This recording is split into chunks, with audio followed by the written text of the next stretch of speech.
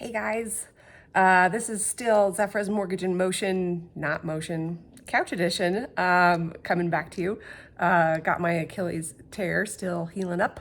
So I wanted to talk to you guys today a little bit about closing costs. Closing costs are something that are not included typically with your down payment. Those are in addition to. So some people are talking to me when they're talking about how much assets they have. They're really trying to specify that more towards down payment, but I always try to circle back and include closing costs, as most of the time those are not included into your mortgage. You need to account for those.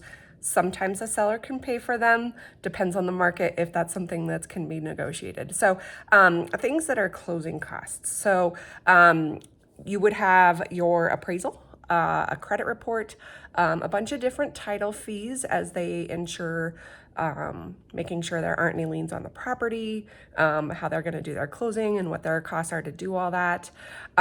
Your lender is going to have their fees.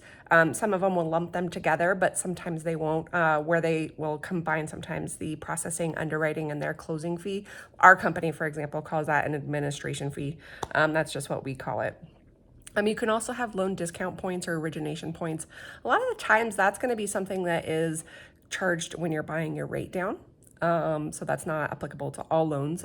Definitely watch out for that one because sometimes it's hiding to make sure that your APR is going to be good on your interest rate. So looking at that. Other fees can be things like recording fees. The county usually records the mortgage deed and a whole bunch of pages are with that, and the county charges per page. They also have a tax transfer fee. I usually tell people that we're roughly between 8,000 and 10,000 for your total closing costs. A big chunk of your closing costs can also be your escrow account. So you're going to be setting up an escrow account at closing. Not all mortgages have escrows, but if you have an escrow account, you're going to be paying for that in your closing costs and prepaids at closing. You usually have a little bit of a cushion on what those escrows are.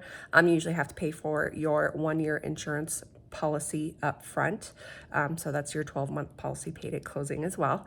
Days of interest. So those are just some of the things. It's not a complete list, and there are always different ones on there depending on if the seller's paying for stuff or you're paying for stuff or whatever. But definitely include those into what your total assets are needed for your cash to closing. So your down payment is one figure, your closing costs and your prepaids are another, and just wanted to kind of line that out, that there is something that you need to watch out for as far as how much cash you're going to need to get to closing. So again, this is Zephyr's Mortgage in Motion, couch style, couch edition, and I hope you guys are doing great. Have a good one. Bye-bye.